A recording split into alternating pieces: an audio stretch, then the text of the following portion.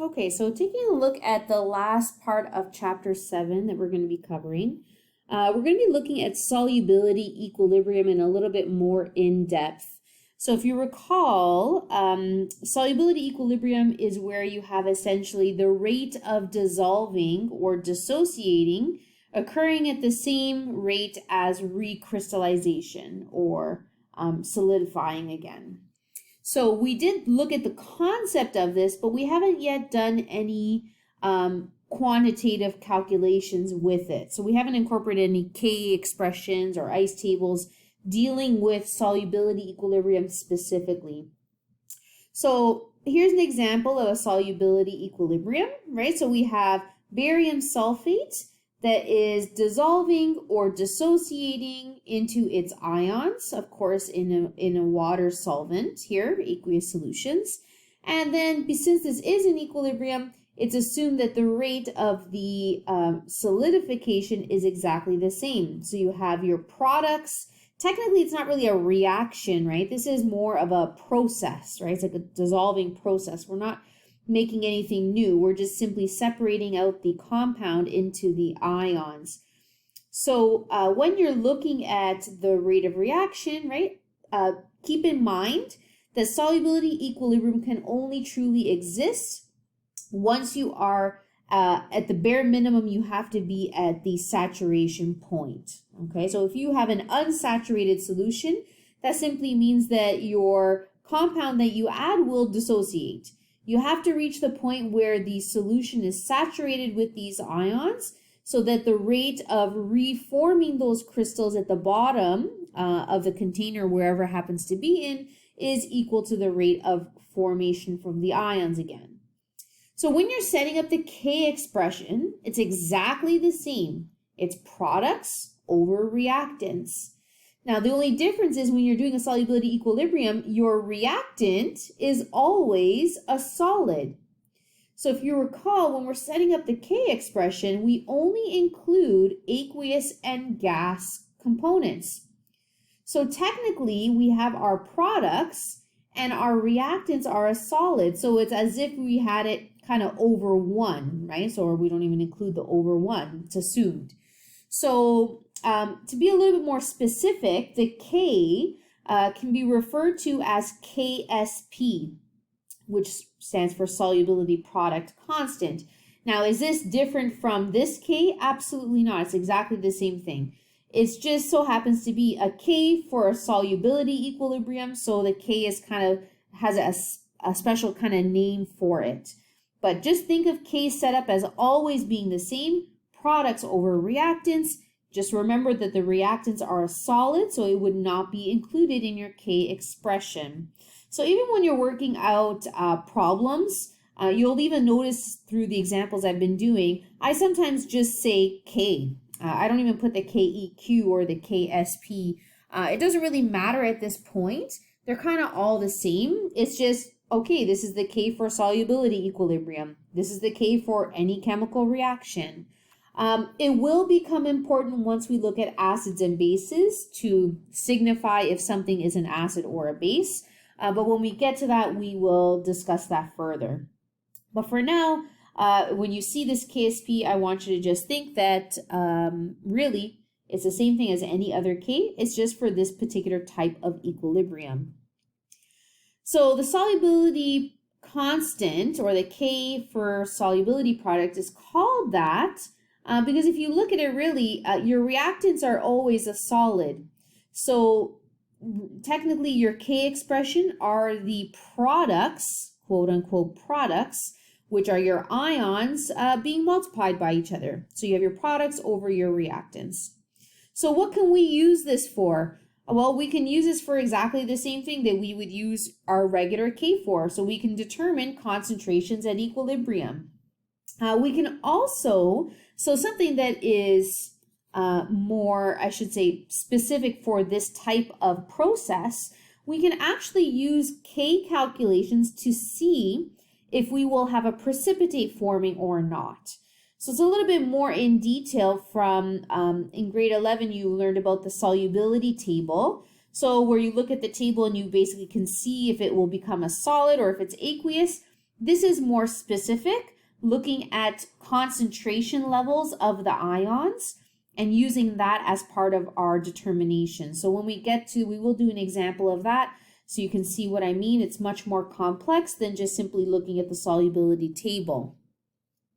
And then just keep in mind, the K value, how large or small it is, will essentially tell us the amount of product that's there, right? So if you have a large K value, that means you have a lot of ions in solution, right? There's a lot of product. So if you have your K that's very large, typically that means that you have a pretty soluble ionic compound, right? There's lots of ions. It's able to dissociate quite easily. If you have a small K value, okay, typically that tells us that the solubility is lower, meaning there are not as many ions, that the actual compound is remaining as a solid, right? So if I have something like this, right, the dissociation equilibrium here, if I have a very low K value, really what that means is I have mostly solid, not a whole lot of ions. Essentially, the larger the K value, the more product you have. In this case, our product are the ions. So really, when you're looking at different salts, you can kind of rank them based on their K values for how soluble they are compared to each other, right? So let's say you have salt A, B, C, D, and you have the concentration, or I should say, pardon me, the K value for each of those, and you're asked, which one has the highest solubility. Well, it's the one that has the highest K value because it's able to dissolve the higher amount of ions, right? And vice versa, the other way around. So we can get some information by looking at K. Okay, so let's look at a couple of examples here. So the wording when you're dealing with solubility equilibriums are different than other equilibrium systems. Okay, so first of all, if you are asked to determine the solubility, okay, or you're told the solubility is essentially equilibrium.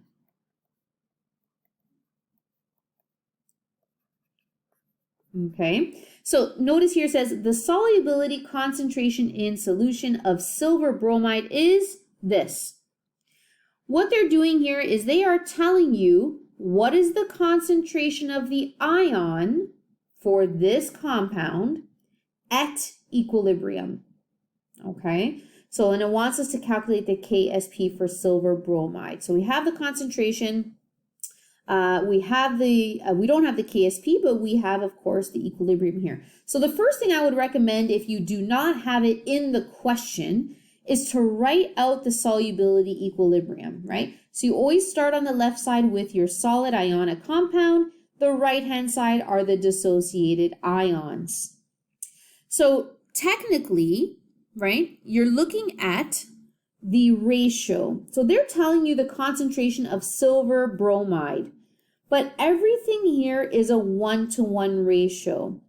So by them actually giving you the concentration of silver bromide, that's really the same thing as them giving us the concentration for silver and for bromine ions. Okay, it's all in a 1-to-1 ratio. 1 silver bromide will produce 1 silver and 1 bromine ion.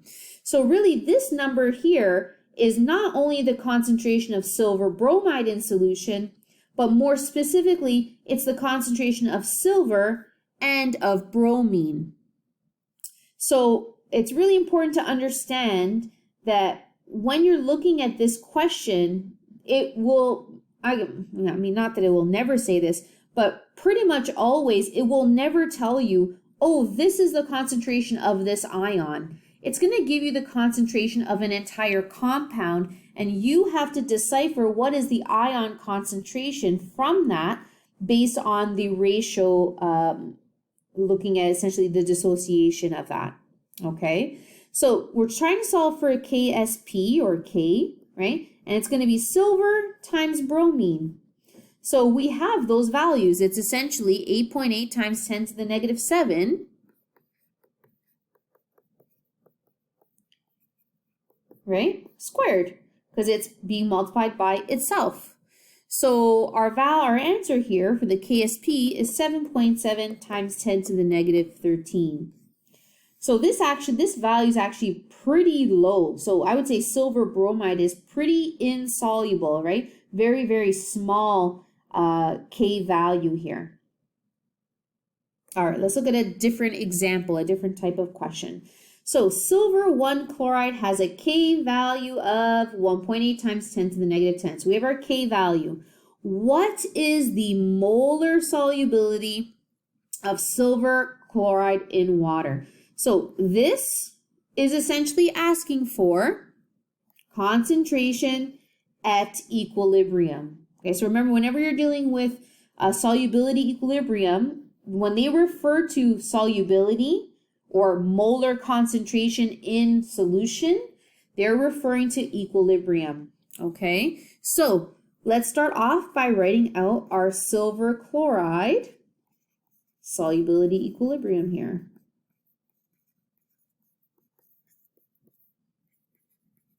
Okay, now when you're writing out the ice table for this, remember that the solid is not included. It does not have a concentration.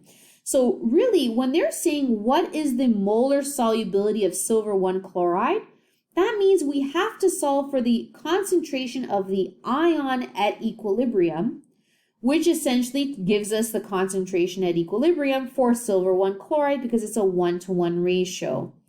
So for here, remember your initial value is always 0 for your products, right? So our change is going to be plus x.